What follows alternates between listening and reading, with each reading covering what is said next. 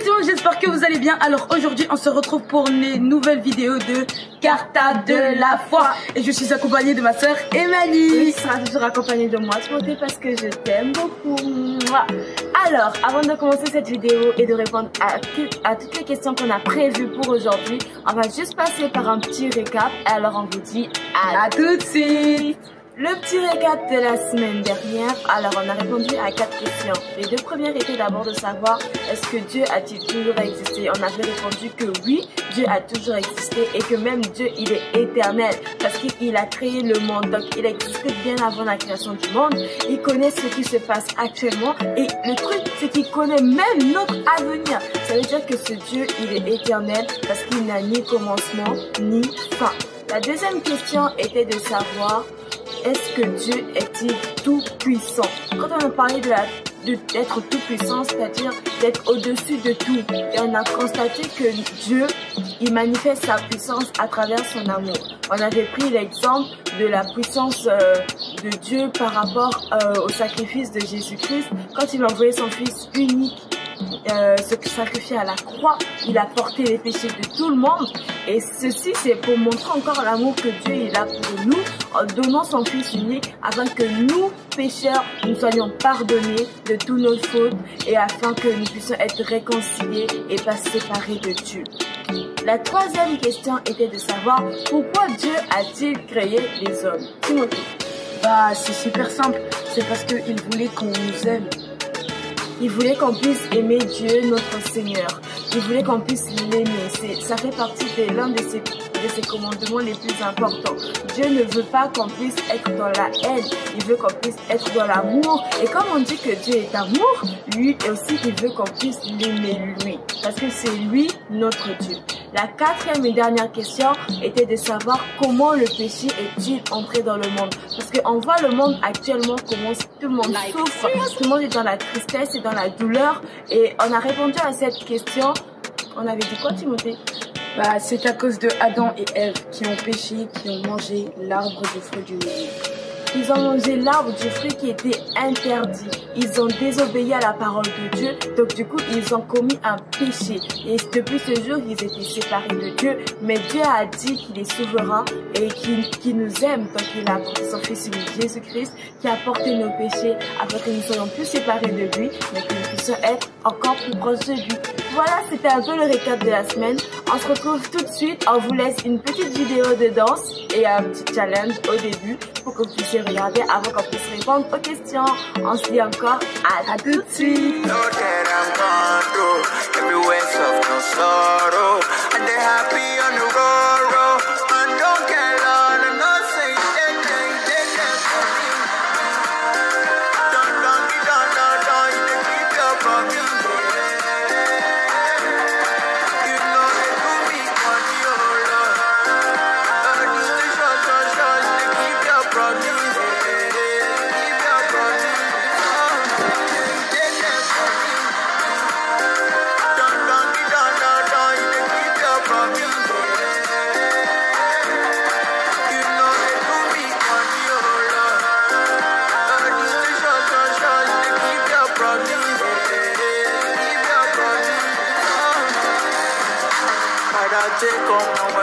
Alors c'est parti pour les questions. Première question. Qu'a fait Dieu pour résoudre le problème du péché? Timothée. Bah c'est super simple, il a envoyé son Fils unique, Jésus-Christ. Ça c'est une super bonne réponse. Alors, la plus merveilleuse et extraordinaire des histoires, c'est bien sûr celle de Dieu qui pardonne le monde entier de tous nos péchés. Et comment il le fait? Il le fait par Jésus-Christ. Vous vous rendez compte qu'au moment où le péché est rentré dans le monde, c'est-à-dire quand Adam et Ève ont désobéi à la parole de Dieu en mangeant le fruit de l'arbre interdit, ils ont péché. Mais Dieu, il est tellement amour, il a dit qu'il nous envoie un sauveur qui s'appelle Jésus-Christ. Et c'est lui, il a été notre sauveur, notre souverain. Il a accepté de payer le prix à notre place. C'est pas qu'il a payé le prix d'une seule personne, il a payé le prix de tout le monde entier. il a pris le péché de tout le monde, il est parti à la croix et il s'est sacrifié à notre place. Et c'est à partir de là, en donnant son Fils unique en sacrifice, Dieu pardonne nos péchés. Il a dit que Jésus était digne, c'est lui qui était digne de porter ce péché à la croix et de permettre que nous puissions nous rapprocher de Jésus. Si ça, c'est pas une merveilleuse histoire, en plus c'est vrai. Donc comment ne pas croire en cela et comment ne pas croire en l'amour de Dieu, franchement. Au moment où Jésus-Christ est mort sur la croix, Dieu a considéré qu'il portait sur lui le péché du monde entier. Mais la Bible nous dit quoi, Timothée, par rapport à cette situation? Dans Corinthiens 2, 5, 21, il est écrit que Christ était sans péché, mais Dieu l'a chargé de tous nos péchés. Oui, c'est vrai. Et en fait, on se rend compte que Jésus, il était parfait, il était pur, il était saint.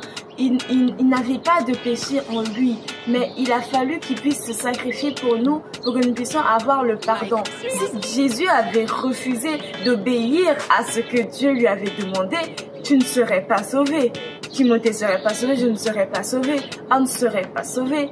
Parce que c'est seulement par Christ qu'on peut être sauvé et qu'on peut être bon et agréable à Dieu. Le pardon de tes péchés n'a été possible que simplement par Jésus-Christ. C'est grâce à lui que tu peux être pardonné aujourd'hui.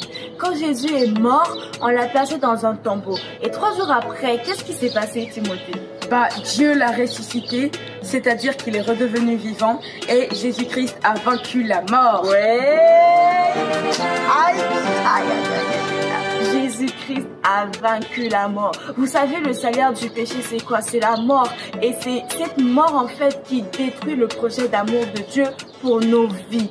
Et quand Jésus, il est mort et qu'il est revenu à la vie, il est reparti auprès du Père et il accomplit la promesse que Dieu avait donnée depuis la création, depuis le jour où le péché est rentré dans le monde. Et cette promesse a été accomplie. On avait dit la dernière fois que toutes les promesses que Dieu donne, il faut toujours y croire et toujours mettre sa confiance en lui parce qu'elle va toujours s'accomplir. Peu importe le temps que ça prendra. Vous vous rendez compte, depuis le péché de Adam et Ève jusqu'à la mort de Jésus-Christ, ce péché, en fait, cette promesse, elle s'est réalisée. C'est-à-dire que peu importe le temps, les situations, les circonstances, il faut toujours croire en Dieu et ces promesses, elles s'accompliront toujours. Et là, on se rend compte encore combien Dieu est grand, combien Dieu est amour. Dieu a envoyé son Fils bien-aimé pour être le sauveur du monde entier. En plus, ça arrive. Question récapitulative, Timothée. À ton avis, pourquoi Jésus-Christ est mort? C'est pour nous pardonner de tous nos péchés. Jésus-Christ est mort pour porter nos péchés afin que nous soyons pardonnés aux yeux de Dieu. Franchement, il faut qu'on puisse garder ça, que c'est Jésus notre sauveur, que c'est Dieu qui l'a envoyé. Il avait donné une promesse, la promesse elle s'est accomplie à la croix de Golgotha et nous sommes aujourd'hui sauvés grâce à Jésus-Christ. Deuxième question, c'est de savoir comment tu peux être sauvé. Comment tu peux être pardonné? Timothée. C'est super simple, il faut croire le Seigneur ton Dieu. Ouais. Et oui, maintenant tu te rends compte que Jésus-Christ, il est mort pour tes péchés. Et c'est normal que tu te poses la question, mais en fait, comment tu peux être pardonné en fait? La Bible nous dit que Jésus-Christ est le seul chemin vers Dieu. Il nous dit dans Jean 14, 6 que je suis le chemin, la vérité et la vie, et nul ne passe par le Père sans passer par moi.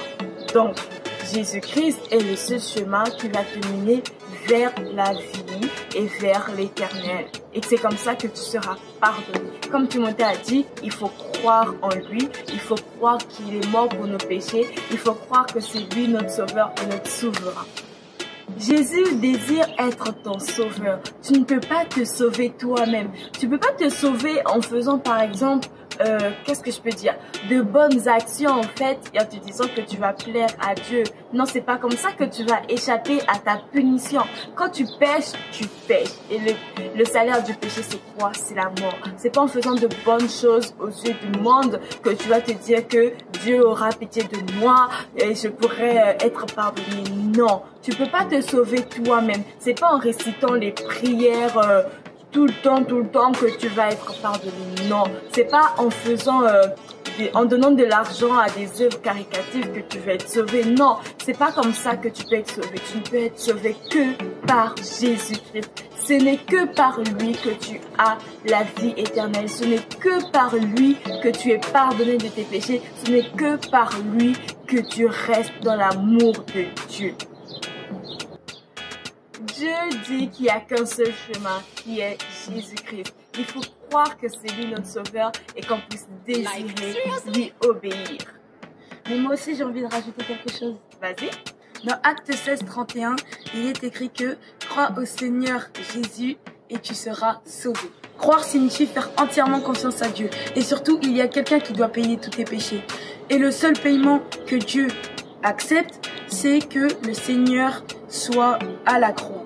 Il n'accepte rien d'autre. Oui, Dieu ne peut pas être acheté. Tu peux pas acheter Dieu avec de l'argent. Tu peux pas tromper l'Éternel. C'est impossible. Et lui, il accepte rien d'autre. C'est-à-dire tes bonnes actions, tes bonnes œuvres que tu fais pour essayer d'attirer ses grâces et ses faveurs ne vont pas acheter Dieu. Tout ce qu'il accepte comme paiement pour tous tes péchés, c'est simplement le sacrifice de Jésus-Christ à la croix. Et si tu ne crois pas, t'es pas pardonné. Voilà, t'as pas payé pour tes péchés. Et le salaire du péché, c'est quoi? La mort. Si tu décides de suivre Jésus, Dieu déclare que tous tes péchés seront pardonnés. Toutes tes punitions seront enlevées. Tu ne seras plus séparé de Dieu et tu vivras avec lui pour toujours. Amen. Oh là là. Allez. Dernière question, Timothée. Que dois-tu croire pour recevoir le pardon de tes péchés? Il faut que tu crois que Dieu est mort pour toi, pour tous les péchés, que tu lui obéisses, que tu décides de le suivre. Oui, il faut croire que Jésus-Christ est mort à la croix pour nos péchés, qu'il est notre sauveur et que nous puissions obéir en fait à tout ce que Dieu nous demande de faire pour ne pas être dans le péché et être enfin proche de lui. Voilà, c'est tout pour la deuxième question. On passe tout de suite à la troisième question. Quels sont les commandements donnés par Dieu? Timothée, combien y a-t-il de commandements? Il y en a 10. Oui, très bonne réponse. Il y a bien exactement 10 commandements. Il y a bien longtemps de cela, Dieu a donné des lois bien précises à son peuple, appelées les 10 commandements. C'est difficile d'obéir à tous les commandements, sincèrement. Mais Dieu nous les donne pour que nous puissions nous rappeler que nous sommes toujours pécheurs et que nous avons besoin de lui pour continuer de vivre en fait, de continuer dans notre marche chrétienne, notre marche, le chemin vers lui. Il nous donne dans ces 10 commandements, il veut que nous puissions continuer de vivre en fait la volonté qu'il veut exprimer dans ces 10 commandements. Et c'est par ces 10 commandements que nous pourrons en fait comprendre qu'est-ce que Dieu veut réellement pour nos vies, comment on doit vivre avec lui et avec les proches qui sont avec nous. On commence tout de suite par le premier commandement, Timothée. Tu ne dois pas avoir d'autre Dieu que lui. Tu ne dois pas avoir d'autre Dieu que lui, c'est-à-dire que tu ne dois adorer que Dieu et pas d'autres dieux. Tu ne peux pas adorer des idoles, tu ne peux pas adorer des statues, tu ne peux pas adorer une star. Si tu aimes une star en particulier, tu ne peux pas dire que j'adore cette star. Non, ça se dit pas. Tu n'adores qu'un seul Dieu. Et c'est Dieu, le créateur de l'univers et de la terre. Ce Dieu est jaloux. Il est très jaloux. Donc, si tu adores un autre Dieu, lui, ça ne lui plaît pas. Et si c'est l'un de ses premiers commandements, ça veut dire que c'est à prendre très, très au sérieux. Deuxième commandement, Timothée. Tu ne feras pas d'idole. Tu ne feras pas d'idole. Il faut que tu te rendes compte que dans ta vie, il ne doit pas avoir quelque chose ou quelqu'un qui prenne la place de Dieu. Il y a quelqu'un que tu admires vraiment. Cette personne ne doit pas prendre la place de Dieu. Il y a un objet que tu affectionnes vraiment. Cet objet ne doit pas prendre la place de Dieu. Dieu a la première place. C'est lui la première place dans ta vie. Même si tu as des frères et des soeurs, tes parents, c'est d'abord Dieu en premier. Après, les proches, la famille, comme tu veux. Mais Dieu a toujours la première place. Troisième commandement, Timothée. Tu ne feras pas de mauvais usage du Seigneur ton Dieu. Oui, tu ne dois pas employer le nom de Dieu n'importe comment. Le nom de Dieu, il faut l'employer avec respect. Il ne faut pas employer le nom de Dieu, par exemple, pour te moquer de quelqu'un. Tu ne peux pas employer le nom de Dieu pour critiquer quelqu'un. Non, Dieu, il n'est pas dans ce qui est mauvais, il est que dans ce qui est bien. On avait dit que Dieu, il est saint, il est pur, il est parfait. Donc, tu ne dois pas employer le nom de Dieu dans ce qui est mauvais. Non, le nom de Dieu s'emploie toujours avec respect. Quatrième commandement, Timothée. Souviens-toi du jour du sabbat pour que tu le mettes à part. Oui, tu dois réserver un jour au moins dans ta semaine pour adorer le Seigneur, te reposer. C'est le jour du sabbat, c'est le dimanche qu'on prend souvent dans la semaine où on adore notre Dieu, on le loue, on l'acclame, on exalte son nom. C'est que ce jour-là où on peut se reposer et qu'on adore réellement notre Dieu. Cinquième commandement, Timothée. Honore ton père et ta maman. Oui, tu dois honorer tes parents parce que c'est eux qui t'ont donné la vie, même si c'est Dieu qui te connaissait bien avant que tu naisses. Tes parents sont là avec toi, c'est eux qui t'accompagnent durant toute ta vie. Donc il faut les traiter avec respect. Il faut toujours honorer ses parents. Il ne faut pas faire des choses mal pour après qu'on puisse déshonorer ses parents. C'est-à-dire, honorer, c'est-à-dire les rendre fiers. Quand tu vas à l'école et que tu ramènes de bonnes notes, tu rends fiers tes parents. Quand tu as de bons résultats, tu rends fiers tes parents. Quand tu as tes diplômes, tu rends fiers tes parents. Quand tu réussis à faire quelque chose, même si c'est quelque chose qui est simple, mais les parents, ils sont fiers. Et ça, c'est honorer tes parents. Si tes parents te demandent de faire quelque chose, par exemple, ils te demandent de ranger ta chambre et que tu le fais, ils sont fiers de toi parce que tu l'as fait. Et là encore, tu honores tes parents. Tout ce que tes parents disent, font ou te demandent, c'est pour ton bien. Et si tu le fais, tu honores tes parents et tu respectes l'un des commandements de Dieu. Sixième commandement, Timothée. Tu ne tueras point. Oui, tu ne dois pas tuer. Tu dois aimer ta vie. La vie que Dieu t'a donnée là, elle est vraiment précieuse. Parce qu'il a un grand projet pour nous. Tu ne sais pas ce que tu seras plus tard. Dieu, il connaît notre avenir, comme on l'a dit tout à l'heure. Donc, si tu supprimes ta vie ou tu supprimes la vie de quelqu'un, c'est un péché grave. Tu ne dois pas tuer. Tu ne dois pas tuer quelqu'un. Tu ne dois pas supprimer aussi ta vie. Tu dois aimer ta vie. Tu ne dois pas tuer. Tu ne tueras point. Septième commandement, Timothée. Tu ne commettras pas d'adultère. Oui, mari et femme. Je sais que vous êtes tous des enfants, mais quand vous serez grand et que vous serez mariés, il faut respecter son époux ou son épouse. Il ne faut pas aller regarder ailleurs, regarder une autre femme, regarder un autre mari. Non, tu respectes, tu t'es marié, tu restes avec ton mari, tu restes avec ta femme. Il ne faut pas aller chercher une autre femme ou un autre mari ailleurs en dehors du mariage. Ça, c'est un commandement aussi à prendre, vraiment à le prendre parce que c'est très important. Surtout pour la vie des enfants.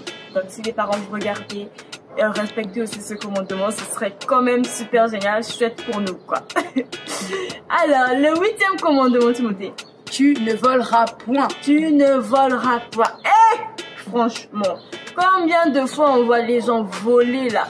Les gens qui volent. Il faut jamais prendre quelque chose qui ne t'appartient pas. Timothée, est-ce que tu voles? Non. Il faut pas prendre quelque chose qui ne t'appartient pas. Tu vois quelque chose qui est posé sur la table, tu te dis, oui, c'est dans la maison et moi j'habite dans la maison, donc je peux prendre. Non, non, non, non, non. Que ce soit dans ta maison, que ce soit à l'extérieur, que ce soit à l'école, tu ne dois pas prendre quelque chose qui ne t'appartient pas. Ça s'appelle du vol. On demande toujours, on demande. Si la personne ne veut pas, ne te dis pas que quand elle aura le dos tourné, je vais prendre. Non, tu ne voleras pas. Même quand maman dit ne va pas prendre, par exemple, le goûter qui se trouve dans l'armoire tant que je t'ai pas donné la permission, tu ne prends pas. Parce que si tu vas prendre sans la permission, ça s'appelle aussi du vol.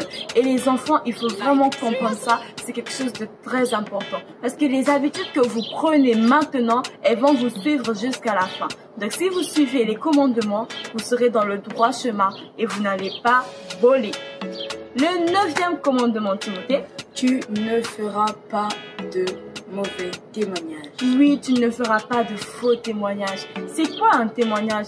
C'est quand tu racontes, tu relates ce qui s'est passé dans ta vie. Quand on te demande de donner des explications, par exemple à l'école, il faut pas mentir. En fait, c'est ça. Il ne faut pas mentir. Tu dois toujours dire la vérité. La vérité nous affranchira. C'est Jésus qui est le chemin, la vie et la vérité. Si tu ne dis pas la vérité, Jésus n'est pas en toi. Ça veut dire que tu es en train de mentir. Tu désobéis à un commandement de Dieu. Tu pêches. Et le salaire du péché, c'est quoi? La mort. Donc, tu ne dois pas mentir, tu dois simplement dire la vérité. Même si tu sais que tu as fait quelque chose de mal, dis la vérité et nous, on va essayer de t'aider. Les parents vont essayer de t'aider à résoudre un problème. Il faut simplement dire la vérité. Ça sert à rien de mentir. Le mensonge, c'est le diable.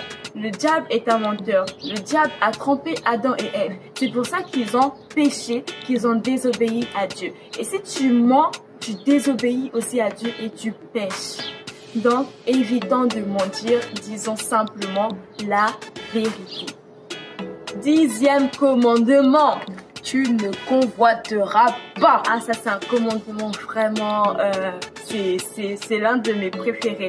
C'est-à-dire que tu ne convoiteras pas. C'est-à-dire que tu peux pas désirer quelque chose qui appartient à quelqu'un d'autre. Non, c'est pas comme ça que ça marche en fait. Dieu, tu lui demandes simplement quelque chose et il te donnera s'il voit que le temps est bon, s'il voit que c'est oui, tu en as vraiment besoin là maintenant, il te le donne. Il faut pas désirer convoiter la chose de quelqu'un. C'est-à-dire, par exemple, Timothée, il a sa belle veste en jean, super classe et tout. Moi, je vois ça, je me dis, ah, c'est nul parce que ça m'aurait plu, ça aurait été mieux sur moi que sur Timothée. Il va faire n'importe quoi avec, il va jeter la veste et tout, il va la salir, il va jouer avec ses amis avec. Alors que moi, j'en prendrais soin et franchement, je trouve que ça m'irait mieux qu'à Timothée. Là, je suis en train de convoiter quelque chose qui n'est pas à moi et non seulement je convoite cette chose, mais je dénigre aussi mon frère. C'est de la jalousie en fait pure.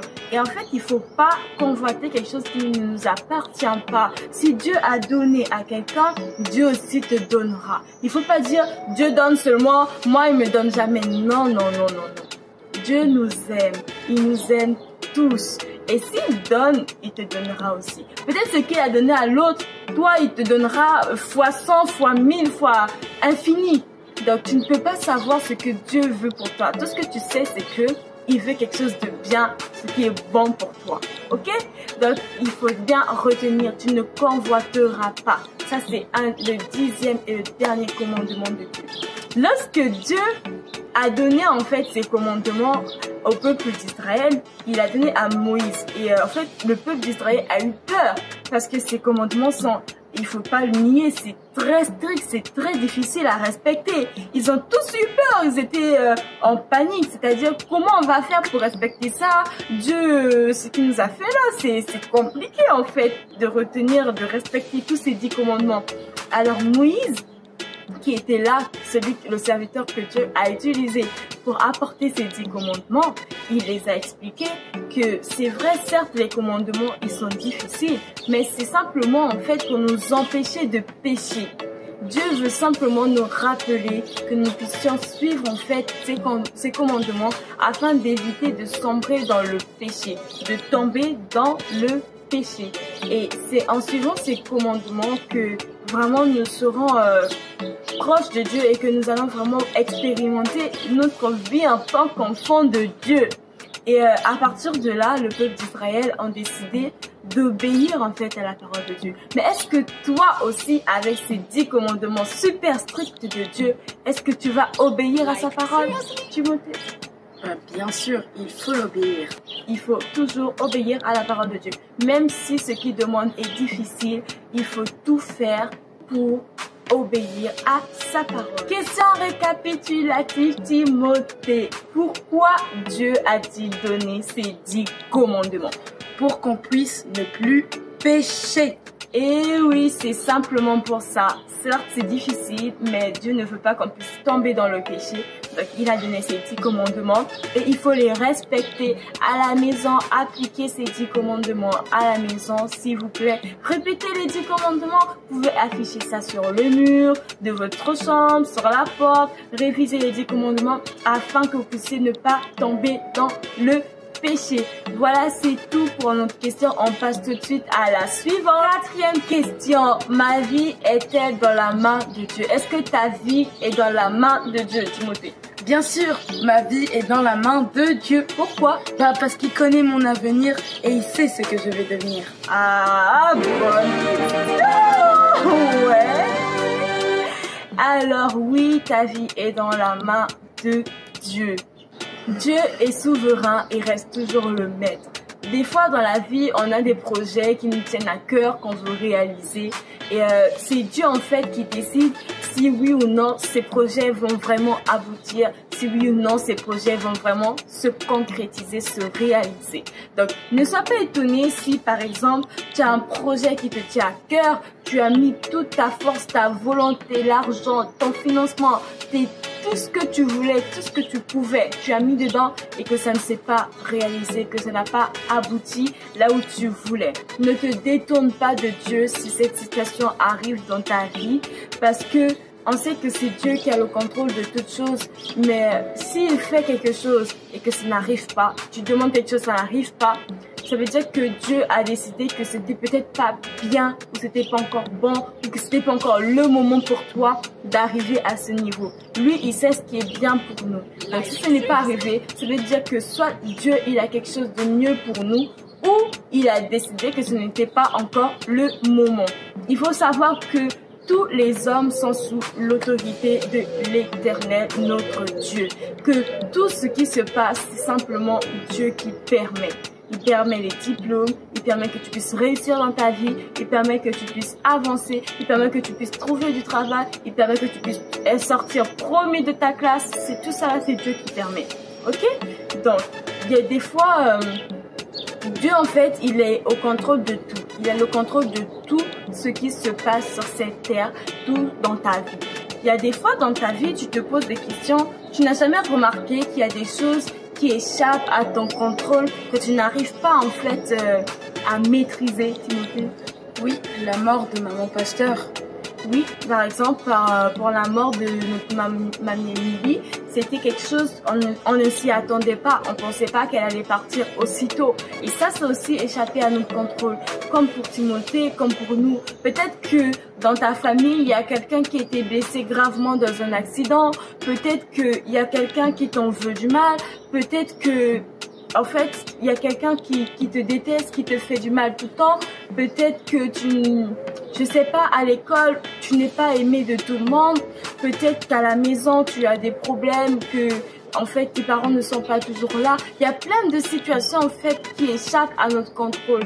Mais il ne faut pas oublier que c'est Dieu qui a le contrôle de tout. Donc quand tu sens qu'il y a quelque chose qui t'échappe, il faut simplement retourner vers lui, prier et laisser le Seigneur te guider. Lorsque tu es malade ou un problème en fait survient dans ta vie, par exemple la mort de quelqu'un, un accident, une maladie, en fait, il faut que tu puisses te dire que Dieu, il est au courant de tout ce qui se passe. Il écoute bien, il voit bien ta détresse, il voit bien que tu es triste, il voit bien que tu as besoin de lui. Et ne t'en fais pas, ce Dieu, il est toujours là à tes côtés, à chaque moment, à chaque instant. Et lui, qu'est-ce qu'il fera? Il fera tout ce qui est meilleur pour t'aider à surmonter ces difficultés, ces problèmes. Même si des fois, tu peux pas comprendre pourquoi en fait c'est arrivé, pourquoi le Seigneur n'a rien fait. Non, il fait des choses et c'est ce qui est bon. Et si ça arrive, ne te détourne pas de lui, il t'aime. Dieu t'aime. Et il fera tout ce qui est meilleur pour toi, pour que tu puisses réussir à affronter toutes ces difficultés et que tu puisses avancer dans la vie, même si des fois tu ne comprends pas ce qui se passe et que tu n'arrives pas à comprendre pourquoi. La Bible dit dans Romains 8, 28, Dieu fait tout pour le bien de ceux qui ont de l'amour pour lui. Dieu s'intéresse à tout ce que tu fais, même aux trucs qui n'ont pas d'importance. À l'inverse, rien n'est trop grand ni difficile pour Dieu.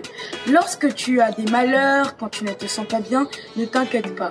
Dieu est là pour toi. Dieu a la situation en main. Alors c'est pour ça que je te dis, fais confiance au Dieu qui t'aime. Alors Timothée, dernière question récapitulative. Que dois-tu faire en fait quand tu traverses des moments difficiles?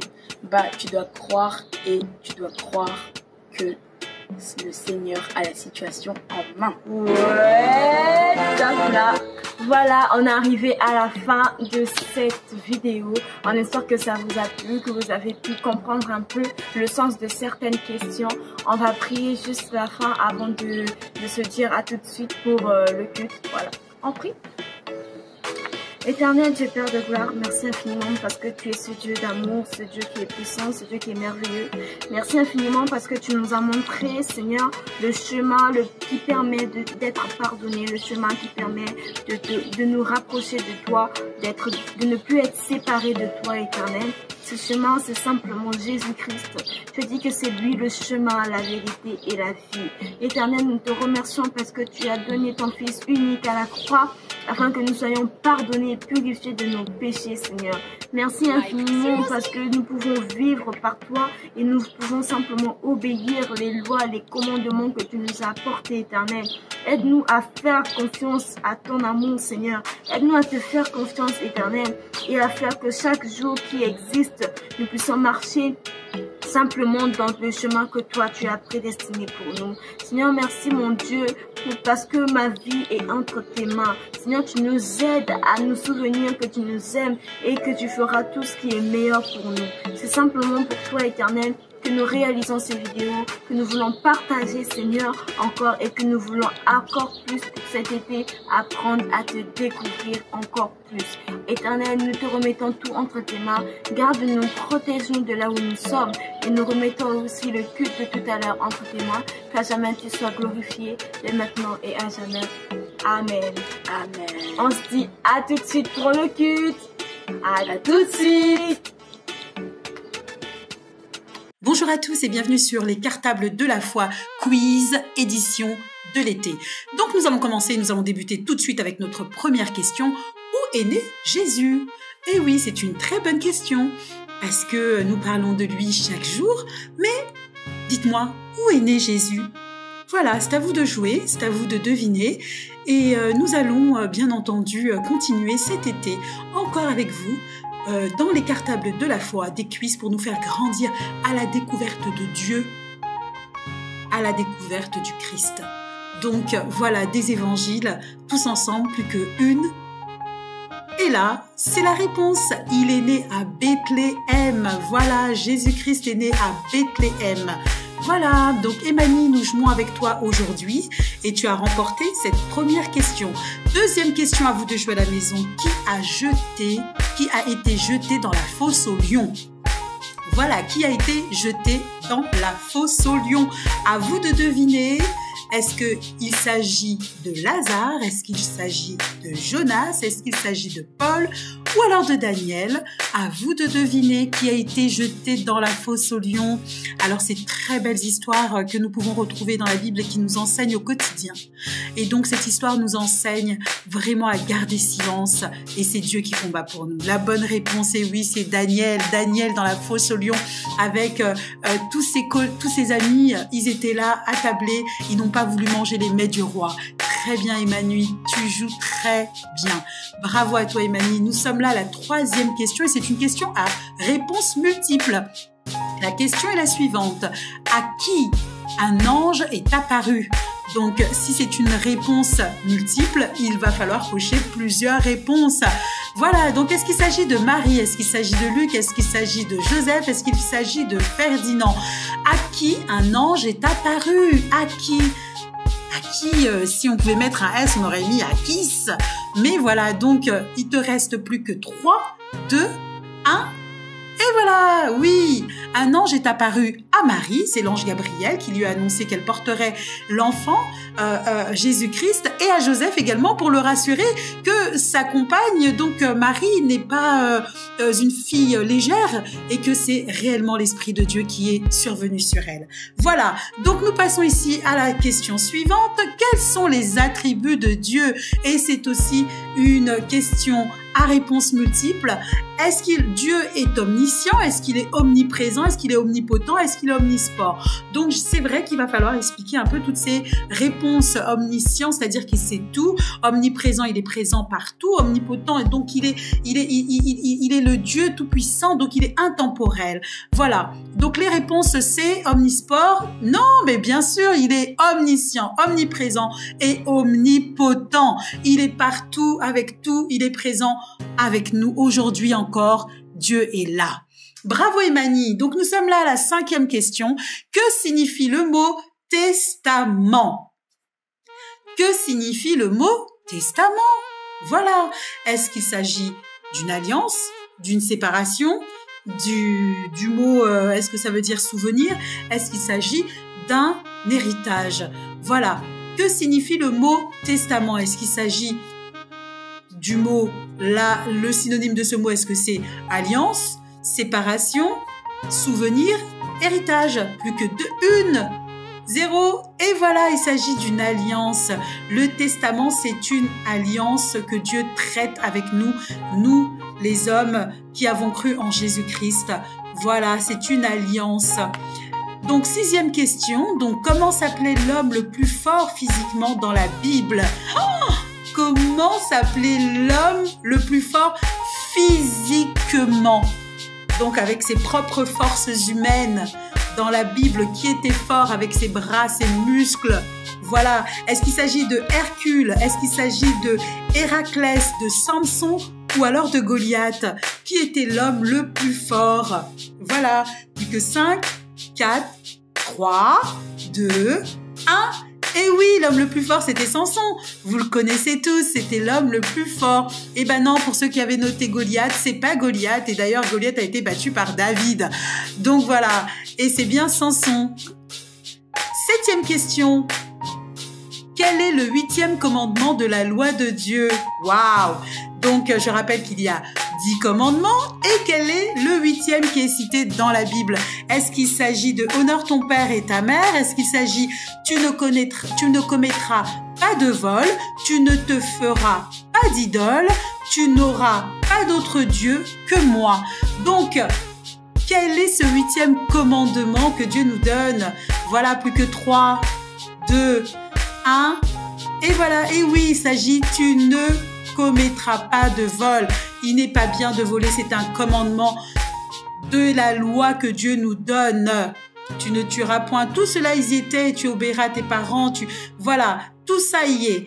8e question. Comment s'appelle l'homme que Dieu utilise pour écarter la mer Rouge? Ouais. Alors, j'espère que tu as la réponse chez toi à la maison parce que là, quand même, easy, facile. Est-ce qu'il s'agit d'Israël? Est-ce qu'il s'agit de Roboam? Est-ce qu'il s'agit de Roboam? Ou alors il s'agit de Moïse? À toi de deviner. Plus que 5, 4, 3, 2, 1. Et oui, bien sûr, il s'agit de Moïse, l'enfant sauvé des eaux. Donc, c'est Moïse, avec le bâton que Dieu lui a donné, il a pu séparer la mer Rouge en deux afin que le peuple d'Israël puisse passer. Bravo Emani, toujours au top. 9e question et avant-dernière question. Où Jésus prêchait-il lorsqu'il était enfant? Et oui, Jésus, très tôt, commençait déjà à enseigner. Est-ce qu'il prêchait? Est-ce qu'il enseignait au temple, dans le désert, dans la forêt ou dans le bateau? Voilà, c'est à toi de deviner. Bon, je pense que tu es un grand lecteur de la Bible et que cette question aussi est easy. Donc voilà, plus que 4, 3, 2, 1. Et bien sûr, Jésus-Christ prêchait déjà dans le temple. Il allait déjà au temple pour prêcher, pour enseigner. Bravo Emani, et j'espère que vous aussi à la maison qui nous suivez, vous faites le quiz et vous avez eu la bonne réponse. 10e et dernière question pour ce quiz de l'été. Qui a coupé les cheveux de Samson, l'homme le plus fort. On lui a coupé ses cheveux. Et qui lui a coupé ses cheveux et qui a retiré toute sa force? Mais c'est qui? Est-ce que c'est Delilah, un homme, Rodrigue ou Jonas? Qui est cette personne? Ouh là là là là! Plus que 5, 4, 3, 2, 1. Et oui, il s'agit d'un homme qui était venu, en fait, pour couper les cheveux. Tout le monde aurait dit, et oui, il s'agit de Dalila, mais Dalila est commanditée, et c'est une personne qui est venue, effectivement, couper. Bravo, Emani, tu as répondu à toutes les questions, et je pense que vous aussi, à la maison, vous avez pu répondre à toutes les questions. Je vous dis à très bientôt, à dimanche prochain. Que le Seigneur vous bénisse.